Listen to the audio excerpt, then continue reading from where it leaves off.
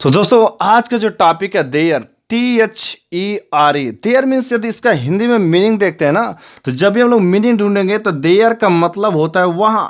लेकिन ये किसी सेंटेंस में कैसे काम करते हैं, इसका मतलब क्या होता है, कैसे इसका यूज करते हैं, टोटल का टोटल कॉन्सेप्ट मैं इस वीडियो में दूंगा आपको। वैसे देयर बहुत ही कंफ्यूजन टॉपिक है, कहीं कहीं पर मतलब निकलता है, कहीं कहीं पर मतलब नहीं निकलता। इसको यूज करने के अलग अलग तरीके होते हैं। सबसे पहले समझते हैं हम लोग कि देयर जो है यह किसी सेंटेंस में सब्जेक्ट के जैसे भी काम कर सकता है और या ऑब्जेक्ट के जैसे भी काम करता है। It means there it act as a subject in any sentence and it act as object also in any sentence. किसी सेंटेंस में सब्जेक्ट के जैसे भी काम करता है और ये ऑब्जेक्ट के जैसे।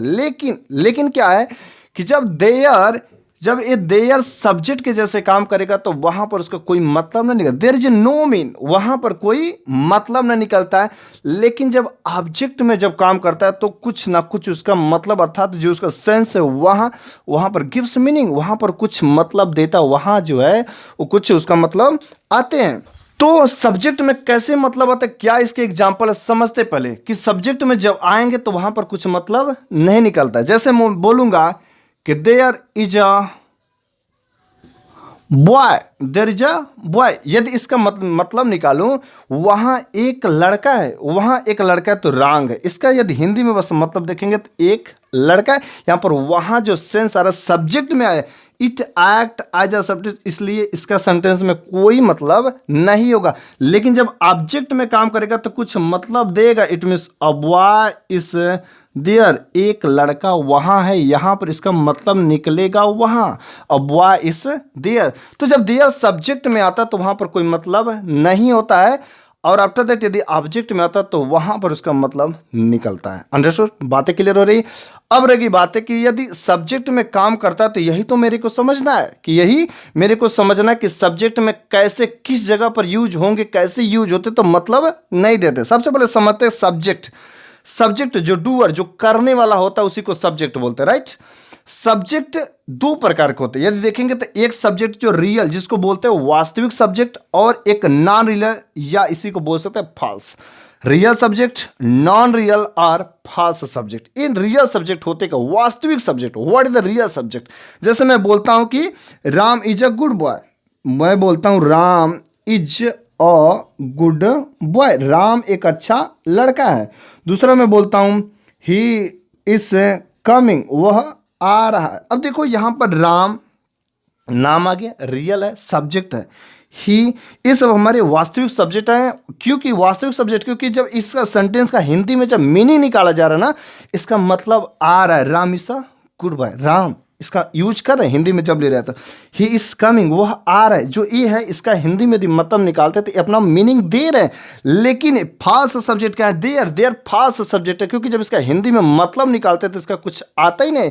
वही देखिए, देयर इज अ बॉय, मतलब इसका हिंदी यदि देखेंगे देयर इज अ गर्ल, यदि मैं बोलता हूं देयर इज अ गर्ल, तो इसका जो मतलब है लड़की है। बस इसके बाद हिंदी में देखेंगे तो क्या हो जाएगा? लड़की है।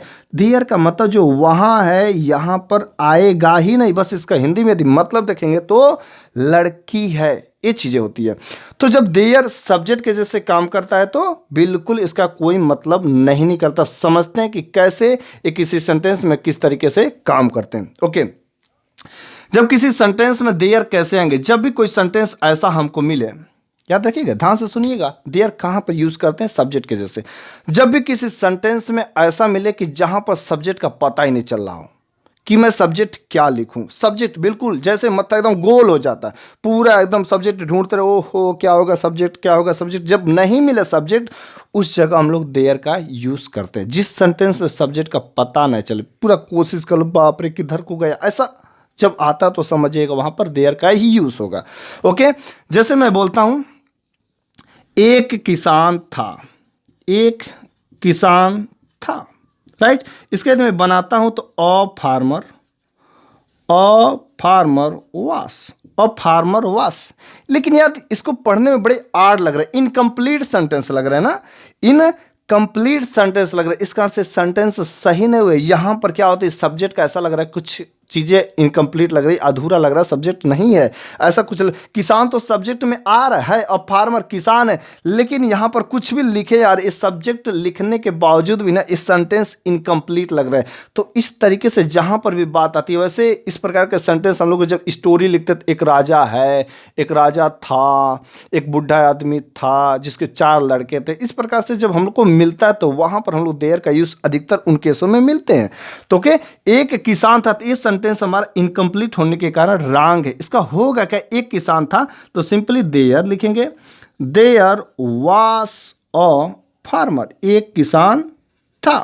Okay, there was a farmer. हम बोलेंगे एक शेर है, एक शेर है, ध्यान से देखिएगा, एक शेर है, तो यहां पर भी यही होगा, देयर इज अ लायन, एक शेर है, देयर इज अ लायन, एक शेर है। अब मैं बोलूंगा कि जंगल में एक शेर है, जंगल में एक शेर है, तो जंगल में, तो there is a lion, there is a lion in the forest, there is a lion in the forest. तो जल्दी हम लोगों को स्टोरियों में ही मिलते हैं देयर का यूज़, और जब भी देयर का यूज़ सब्जेक्ट के जैसे आ रहे हैं तो वहाँ पर कोई उसका मतलब नहीं होते हैं, वहाँ पर उसका कोई मतलब नहीं होते हैं। ओके, जैसे कुछ और हम लोग एग्जाम्पल लेके समझते हैं।